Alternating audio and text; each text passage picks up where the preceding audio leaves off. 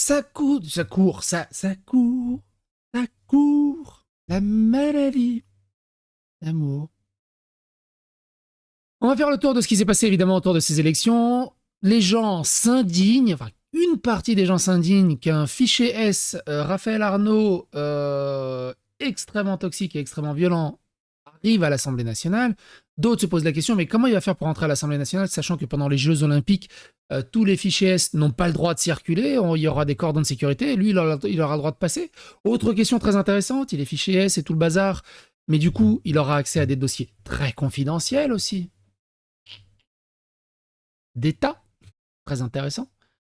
Et plein d'autres questions qui se posent. On me traite évidemment aussi de gros nazi, on appelle même à me tabasser. Mais c'est pour le camp du bien et c'est pour la bonne cause, vous allez voir, c'est très intéressant.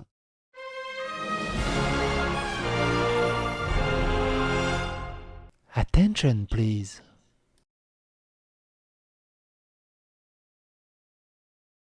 On me traite de nazi alors que je suis serbe. Un serbe nazi.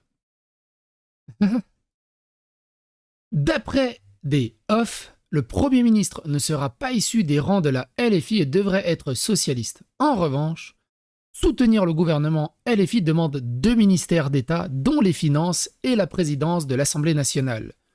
Selon Stéphane Simon. Ça marchande comme si c'était au souk. On n'a rien à battre de nos convictions. Si vous nous donnez 2 ministères, on vous soutiendra. La LFI, mesdames et messieurs. Le nouveau Front populaire va supprimer l'interdiction de l'abaya à l'école. La charia arrive à grand voile. C'est normal, en même temps, leur électorat est ultra pro-charia, ultra islamique, ultra abaya. Donc là-dessus... Jean-Luc Mélenchon n'est absolument pas disqualifié pour être Premier ministre, rappelle Thomas Portes, député LFI et NFP. Au bout d'un moment, il faudra se mettre d'accord, parce que ça devient compliqué.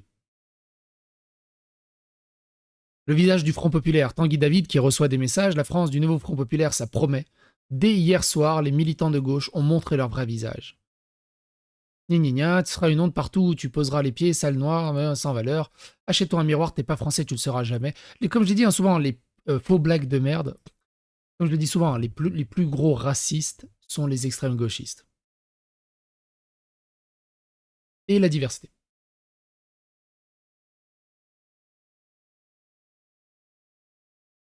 Regardez, prenez note, ne manquez pas une miette, c'est très stimulant pour la suite. Voilà pour quelle société vous avez voté. Voilà pour quelle société vous avez voté. Voilà le visage du Front populaire.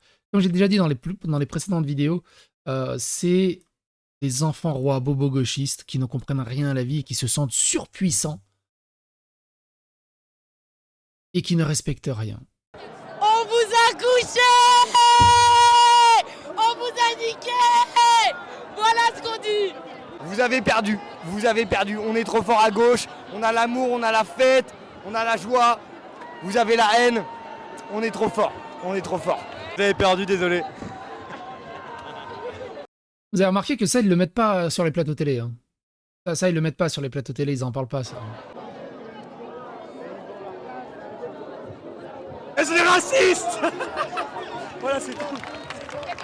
Ils peuvent aller se faire enculer. C'est tout.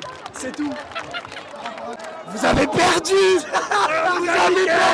Vous avez perdu. Voilà, vous avez dément. On va rester en France. Nous les boudous, nous restons ici. On reste ici. Voilà, on va rester là, les gars.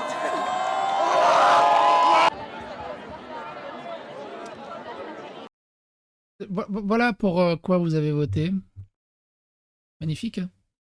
Il mérite tellement. Il mérite tellement de soutien et de respect.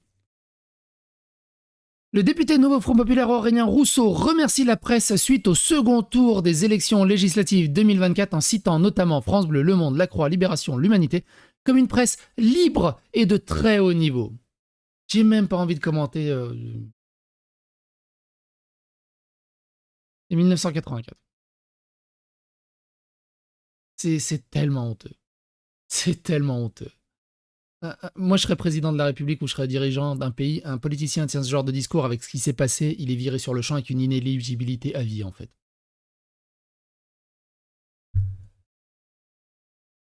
Bonne question.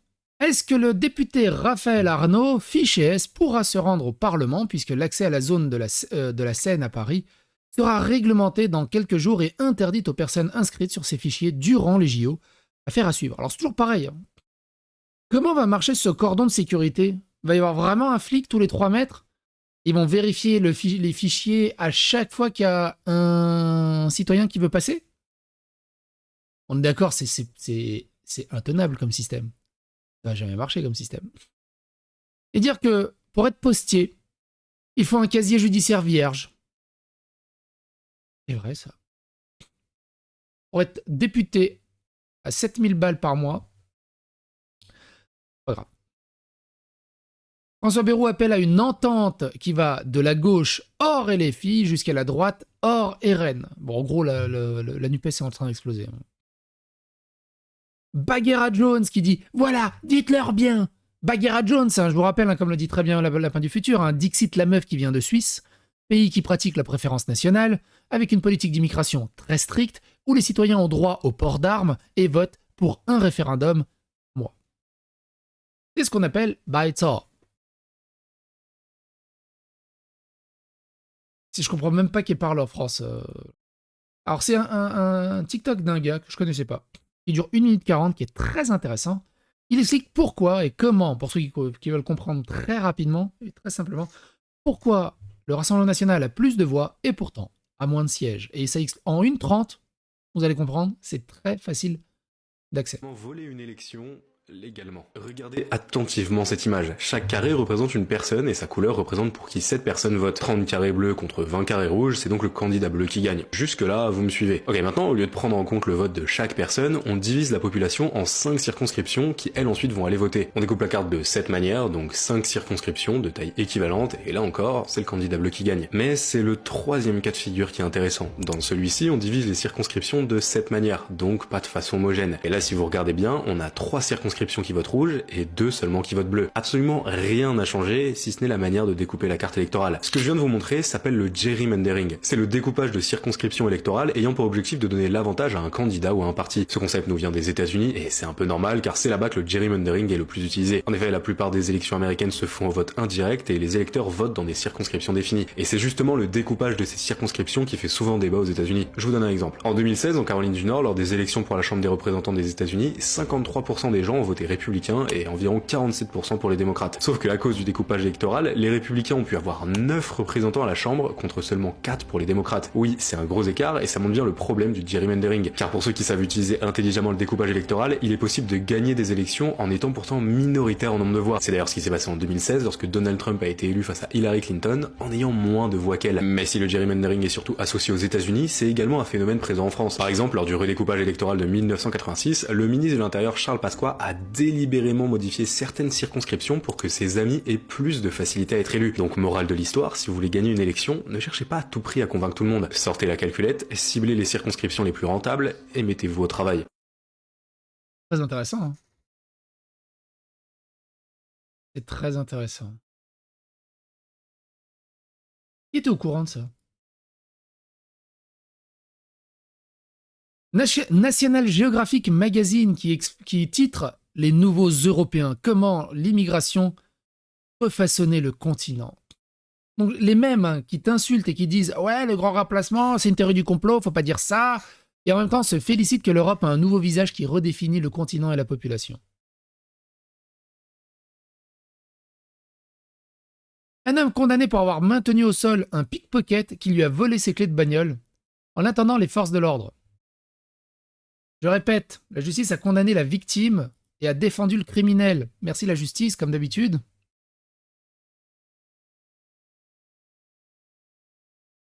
L'an dernier, l'État a versé 736 millions d'euros à 1500 associations de soutien à l'immigration pour des missions d'accueil, d'accompagnement et d'assistance juridique. Mais ils n'ont rien pour les agriculteurs, il n'y a pas d'argent magique. C'est incroyable. Arrivée surprise de Gérald Darmanin à l'Élysée pour s'entretenir également avec Emmanuel Macron, hein, surprise. Un fichier S va désormais avoir accès à des documents confidentiels, c'est intéressant aussi.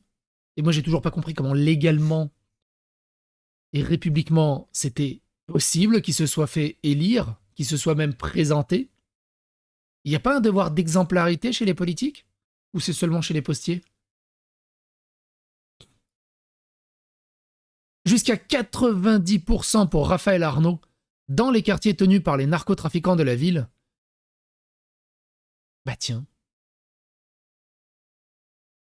Donc Raphaël Arnaud et les filles fiché S arrivent à l'Assemblée nationale. Régel Goria qui dit fiché S pour avoir tapé des nazis devrait être une fierté ou un truc à faire au lieu de la JAPD.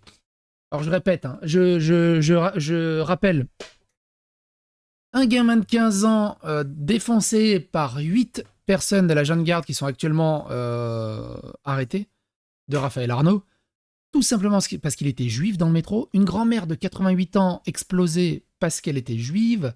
J'imagine que c'est des nazis selon Régel Goria. Alors ce tweet, tu vois, je l'ai affiché là. Et Régel Goria a répondu un peu plus loin, vous allez voir. Écoutez ça, dans un univers parallèle, franchement, c'est surréaliste d'hypocrisie. Quelqu'un qui dit « En face, il y avait Bolloré, les bottes russes, la lâcheté macronienne, Radio France, la calomnie, l'instrumentalisation des souffrances, les intellectuels irresponsables, la bourse rassurée. Nous, on avait France 3 régions, 6 pizzas, la blague de l'amphi-haine et la justice. » Vous avez vu le battage médiatique qu'il y a eu? Et ils arrivent encore à s'imaginer qu'ils sont des gavroches tout seuls dans leur coin et qu'ils ont gagné une bataille de fous furieux.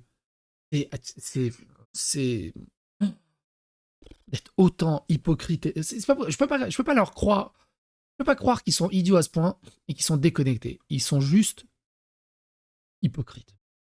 J'ai fermé les réponses car les suiveurs du nouveau parti des milliardaires viennent afficher leur mauvaise foi habituelle. Non, eux, ils n'ont aucun soutien. Et puis de toute façon, la gauche a perdu. C'est pas juste que la culture et l'intelligence soient du côté du nouveau Front populaire. Un tiers des Français a voté pour des idées de droite le 9 juin et le 30 juin. Et nous allons avoir un gouvernement qui va passer du centre à la gauche. Les Français ont le sentiment de s'être fait voler cette élection. Ah non, c'est pas un sentiment. Ils se sont fait voler cette élection. Il faut arrêter au bout d'un moment les superlatifs et... La première chose que fera notre Premier ministre, c'est abroger la réforme des retraites. C'est un décret. C'est pris en 1 heure. Bah oui, entre la poire et le chocolat, c'est vite fait. Ah tiens, ça a été supprimé, ça. Ça a été supprimé? Oh, c'est nul. Ou alors il m'a bloqué, attends. Ça se trouve, il m'a bloqué. Non, c'était supprimé? Ah ouais, putain, c'est con. Il y avait un tag rigolo... tout le monde déteste la police Arial. C'était rigolo. Pourquoi il a supprimé ça? Ça, on l'a vu. Baromètre du prénom musulman en France. Au niveau départemental, la Seine-Saint-Denis dépasse pour la première fois les 60% de naissances d'enfants porteurs de prénoms musulmans.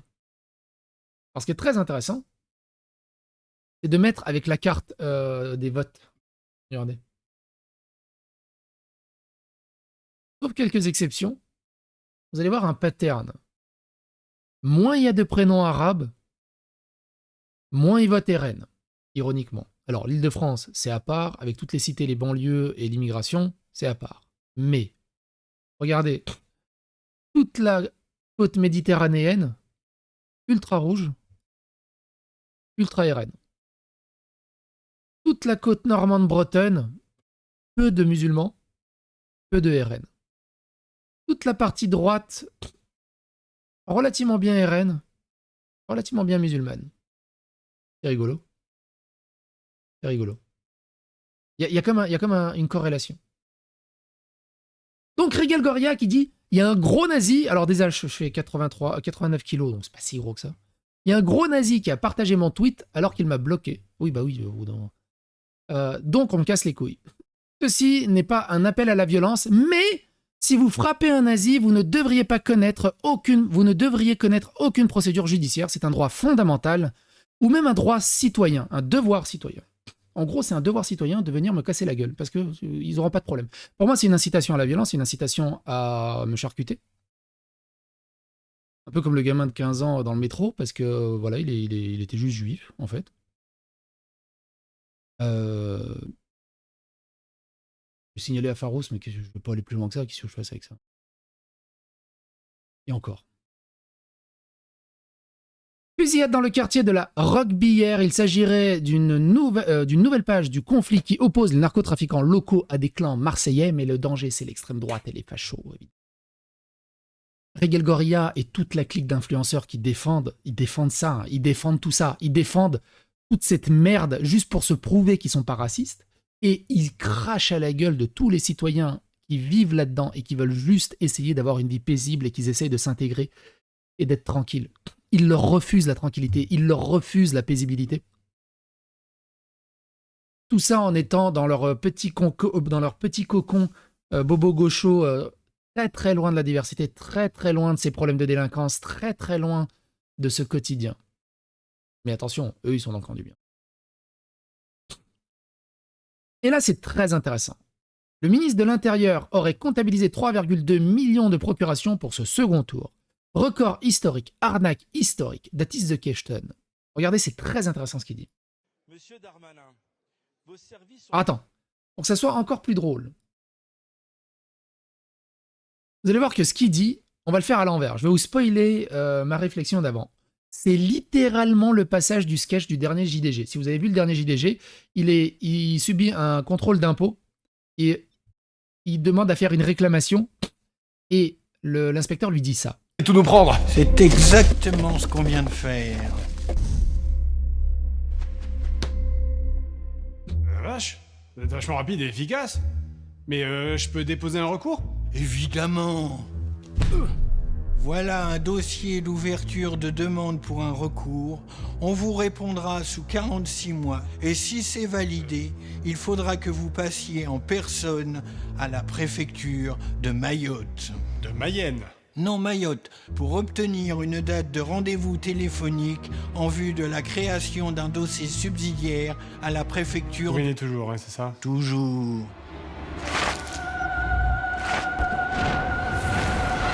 Ils sont devenus ouf en effets spéciaux. Bref, dans la vraie vie. A-t-il peur du contrôle citoyen sur les élections?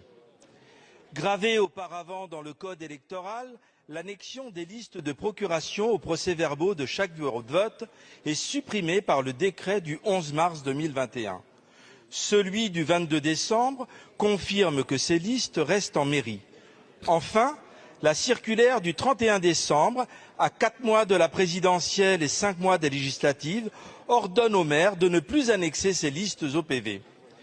Cet enchaînement méticuleux rend techniquement impossible la vérification d'un scrutin, car la préfecture n'est plus le lieu centralisateur. En 10 jours, Alors voilà ce qu'il faut faire pour faire le recours. délai imparti pour Ils ont 10 jours pour le faire. faire un recours, prendre rendez-vous dans les 22 mairies de ma circonscription est quasi impossible. Pour celles composées de centaines de communes, cela relève du miracle, une capacité somme toute peu commune chez les candidats. Le matériel peut toujours être rapatrié au Conseil constitutionnel sur demande d'un avocat, qu'il s'agit de payer 3 000 € pour y faire ce qui se faisait gratuitement en préfecture. Ensuite, venir consulter le tout à Paris, et ce, en une demi-journée. Une gageure. Monsieur Darmanin, pourtant nous l'avons fait pour ma circonscription de Charente. Sur 134 procurations manuscrites, 64 n'existaient pas. Le résultat s'étant joué à 24 voix, cela laisse pour le moins perplexe. Monsieur le ministre, des personnes malhonnêtes en ont profité pour tricher. Triche en Charente, erreur de bulletin dans les bureaux de l'Ariège, profession de foi non distribuée un peu partout. Bref, comment comptez-vous corriger le tir aux élections européennes de juin afin d'éradiquer ces pratiques qui abîment un peu plus notre démocratie? Merci, la parole est à Gérard. C'est incroyable.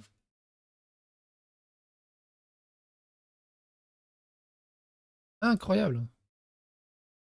Quelqu'un qui dit, vous savez quoi, faites-vous planter, on ne se battra plus pour vous à un moment, bande de cons. Usul qui dit, leur vrai sujet, ça a toujours été d'être raciste. Tu vois, parce que si tu... Ça a jamais été les victimes de quoi que ce soit, donc ils se sont toujours foutus éperdument. Donc pour Usul, si tu te fais planter, c'est forcément de la part d'un immigré ou de la part d'un étranger. Est-ce que c'est pas un peu de l'amalgame d'un raciste notoire?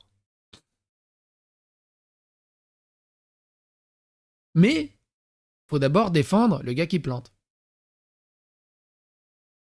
Un site d'extrême droite a publié un texte appelant à tuer 4 figures politiques de gauche, dont Manuel Bompard et Yann Brossa, ainsi qu'un avocat engagé contre les violences policières. Alors c'est en train de faire le tour des médias.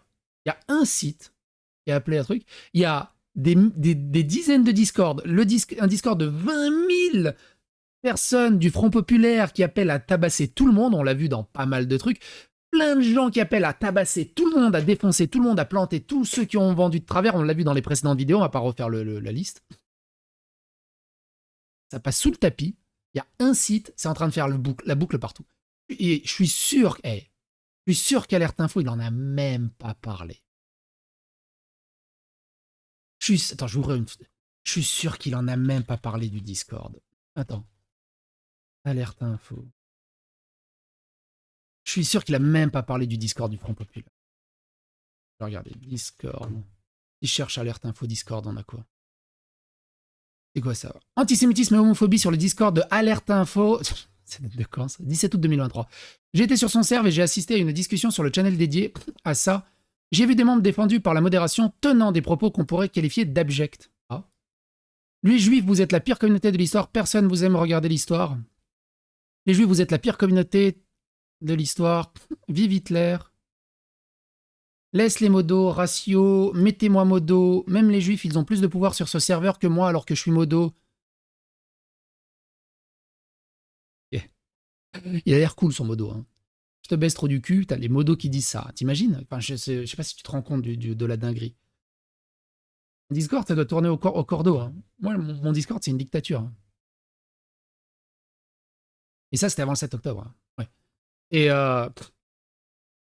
il y a la neutralité, elle est enculée. Là, elle est jusqu'à la 4e vertèbre. Il y avait trop de blancs sur la photo. J'étais ébloui. Le racisme décomplexé de Rokhaya Diallo hier sur BFM TV. Alors, Rokhaya Diallo, je vous rappelle, maintenant a étudié à Berkeley le wokisme, qui importe le wokisme en France, qui a appelé à décoloniser les rues de Grenoble. Bref, on a parlé souvent de Rokhaya Diallo. C'est juste du wokisme pur jus, en fait. Et profite d'être noir et profite du wokisme, de la diversité, équité, inclusion et tout ce qui s'ensuit. Bref, c'est une des personnes les plus toxiques actuellement et on lui tend le micro. C'est incompréhensible. Quoi qu'il en soit, n'hésitez pas à vous abonner, liker, clocher, n'hésitez pas à phagoster l'algorithme YouTube. Votre soutien, grand merci pour votre soutien, évidemment. On continuera. Et à vous.